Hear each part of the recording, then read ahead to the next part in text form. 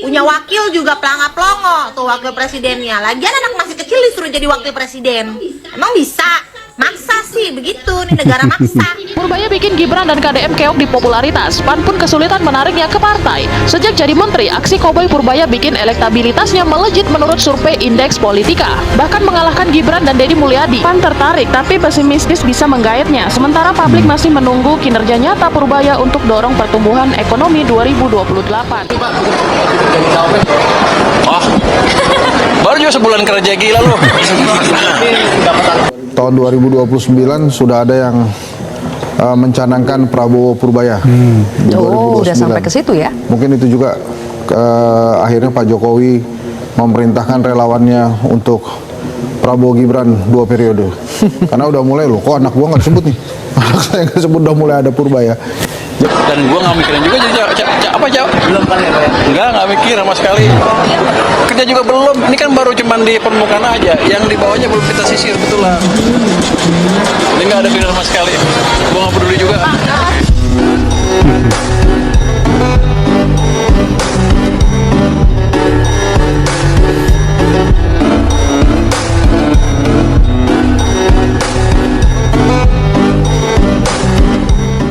Nih kalian lihat hasil survei menteri dengan kinerja terbaik. Nomor 1 ada siapa? Ada Pak Bahlil, salah, ada Pak Purbaya Yudi Sadewa. Ada yang Bapak Menteri Keuangan kita yang baru menjabat, baru banget nih, baru bentaran doang, tapi udah bisa mengubah citra seluruh pemerintahan di negeri ini jadi terlihat baik. Seketika semua kebijakan-kebijakan konyol pemerintah jadi ketutup dengan image beliau, offline maupun online. Menterinya para netizen se-Indonesia Raya nih sibuk bener saya lihat-lihat. Dan dari Om Pur pula, saya baru tahu kalau ternyata Menkeu itu punya andil, punya wewenang sebesar ini. Saya jadi mikir ternyata job desk Menkeu itu seberat, sesibuk, sesulit, dan sejelimet ini. Kirain cuma jagain duit doang biar stabil, urusin investor, naikin pajak doang, ya kan lah. Om Pur ngejar koruptor, iya, nangkepin, iya, nagih-nagihin, perbaikin sistem, perbaikin program, mecat-mecatin, semuanya dikerjain sama beliau tanpa ekspresi ketar-ketir.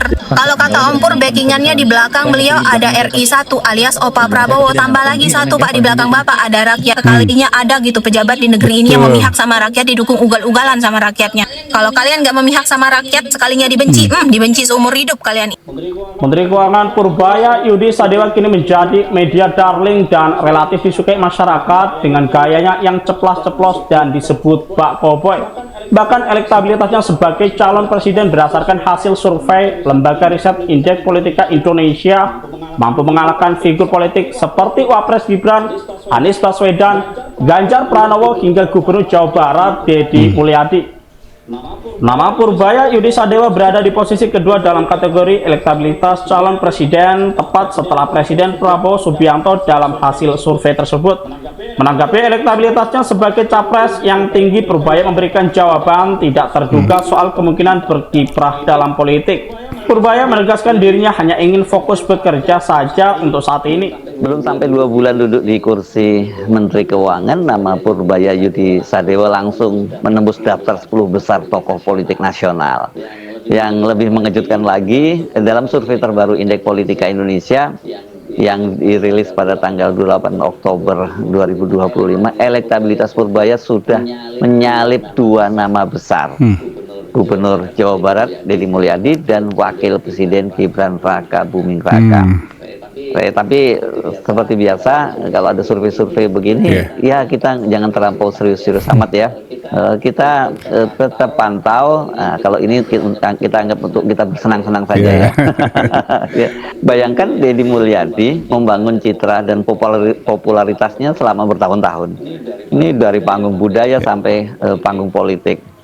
Kemudian Gibran, posisinya kan dia wapres ya, yang seharusnya dia punya panggung nasional setiap hari. Tiba-tiba muncul seorang menteri baru, ekonom, dia teknokrat yang dalam waktu kurang dari 2 bulan berhasil merebut perhatian publik dan menggeser 2 nama itu.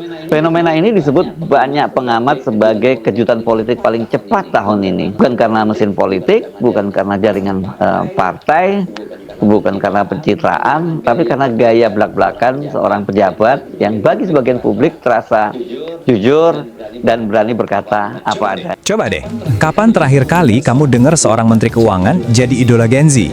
Kedengarannya mustahil ya kan? Tapi inilah yang terjadi sama Purbaya Yudi Sadewa. Yuk kita bongkar fenomenanya. Semuanya itu meledak, di mana lagi kalau bukan di kolom komentar media sosial. Tiba-tiba aja muncul julukan-julukan keren buat dia. Salah satunya ini nih, Dewa Keuangan. Dan bukan cuma julukan keren, tapi ada juga pengakuan-pengakuan yang personal banget kayak gini. Ini nunjukin kalau dia tuh bener-bener beda dari pejabat-pejabat lain. Puncaknya, wah ini dia, sama anak-anak muda dia sampai dinobatin jadi ketua Gen Z. Gila kan? Menteri Keuangan jadi ketua Gen Z. Terus rahasianya apa sih? Kok bisa? Nah, ini yang menarik. Dia tuh nggak kaku sama sekali. Gayanya nyantai, ngomongnya pakai bahasa yang dimengerti audiensnya, bahkan sampai pakai slang kayak gasken segala di video-videonya yang dapat jutaan likes di TikTok. Oke, jutaan likes, viral di mana-mana, keren. Tapi ini nih pertanyaan pentingnya. Apakah semua popularitas online itu bisa diubah jadi kekuatan politik yang beneran di dunia nyata? Dan jawabannya, ternyata iya. Bahkan dampaknya signifikan banget loh. Ada survei baru nih dari Indeks Politika yang nunjukin kalau fenomena medsos ini udah beneran merembet ke panggung politik yang sesungguhnya.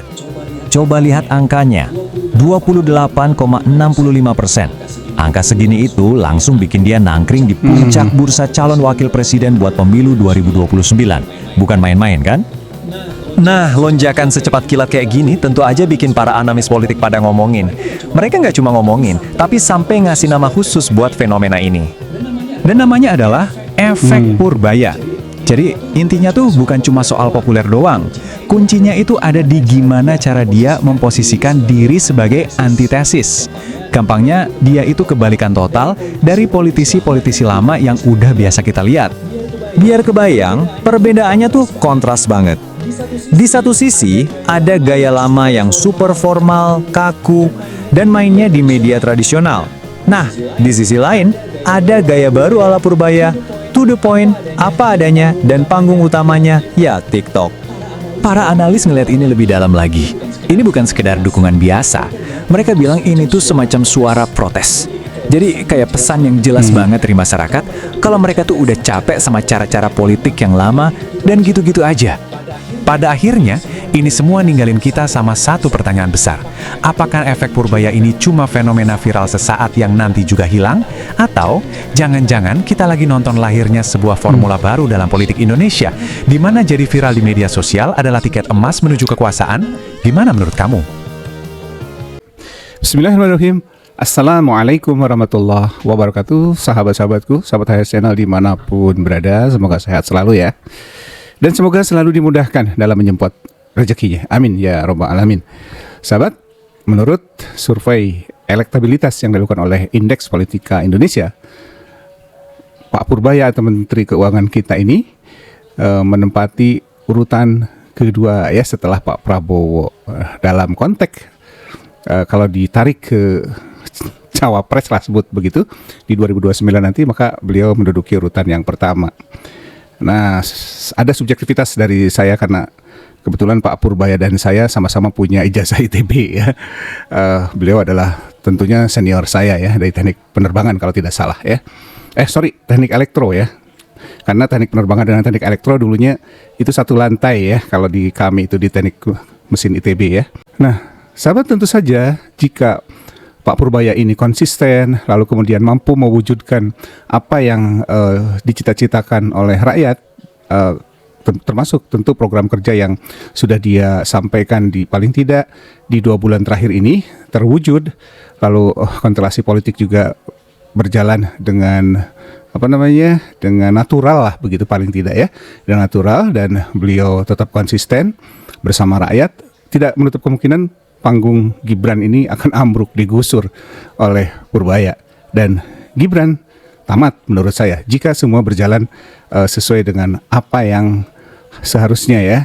Misalnya tanpa ada hal-hal yang istimewa terjadi ya di konstelasi politik Indonesia ini. Ini terkhusus dengan Gibran ya, tanpa mengesampingkan KDM. Kenapa Gibran bisa tamat, tergusur, panggungnya ambruk oleh Purbaya? Itu mungkin salah satunya adalah dari beberapa video yang akan saya tayangkan setelah ini ya. Simak sampai selesai. Apakah seperti ini kualitas wapres yang kita inginkan? Dengan biaya yang begitu besar, yang dihasilkan adalah wapres Gibran seperti ini. Ya, kita tahu ceritanya seperti apa. Kita tonton ya salah satu atau salah dua, salah tiga dan seterusnya, beberapa momen di mana layak Gibran ini tergusur panggungnya ya, ambruk oleh Purbaya jika semua berjalan konsisten. Kita tonton video tentang Mas Wapres ini sampai selesai ya. Selamat menyimak videonya, semoga bermanfaat dan terima kasih sudah menyimak. Jangan lupa subscribe. Wassalamualaikum warahmatullahi wabarakatuh. Satu hal tentang Gibran, ini yang membuat kita gemas, kecewa, dan benar-benar kesel gitu kan. Dia menghindari untuk menjawab pertanyaan.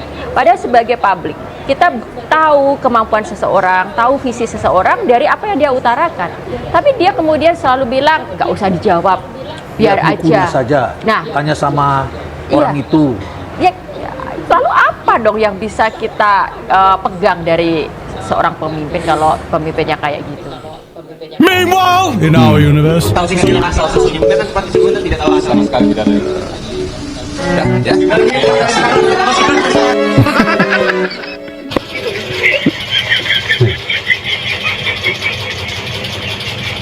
Mau ngomong tuh. Astagfirullahaladzim, Gibran. Gua pikir lu tuh mau ngomong. Ditunggu-tungguin pegang mic, wah ini keren ini. Gak taunya orang lain juga yang aduh, astagfirullahaladzim, ya Allah. Kayak begini dapatnya. Lihat tuh. Ya ampun. Gua pikir tadi mau ngomong loh. Wah udah hebat nih. Gak taunya orang lain yang ngomong. Aduh. Ya kayak begini. Gibran Raka Buming Raka. Mbak penasaran nggak? Apa? Konsultan saya siapa? Siapa? Nggak tahu ya. Semua orang menanyakan itu. Punya konsultan politik atau enggak? Bukan punya atau nggak siapa? Nggak tahu ya. Nggak ada yang tahu. Ya. Enggak, kenapa? Nggak, banyak yang menanyakan soalnya. Ya iya, kenapa? Sekarang ya aku tanya. Ya karena cara komunikasi saya nggak seperti orang biasa. Jadi siapa? Ya rahasia. Kalau nggak tahu Ya ya terus udah. kenapa lu nyuruh gue nanya?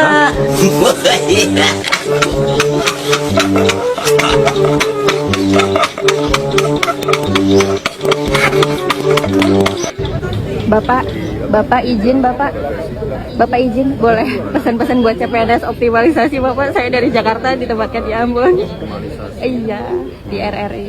Oh, RRI. Iya. Bingung dia. Nanti ya. Siap. Terima kasih Bapak. Nanti mikir dulu Terima ya. kasih Pak. Apakah konkret pemerintah pusat itu mendukung petani yang ada di Jawa Timur? Hari ini kita di Bondowoso panen kopi, kemarin tebu di Banyuwangi. Jadi ini kita memang intens sekali untuk mengawal program-program dari Pak Presiden, khusus untuk kopi ini ya, karena kopi Indonesia ini sudah mendunia. Kita ini produsen kopi nomor 4 dunia. Kita pastikan kualitasnya terjaga dan kuantitinya mencukupi kebutuhan dunia.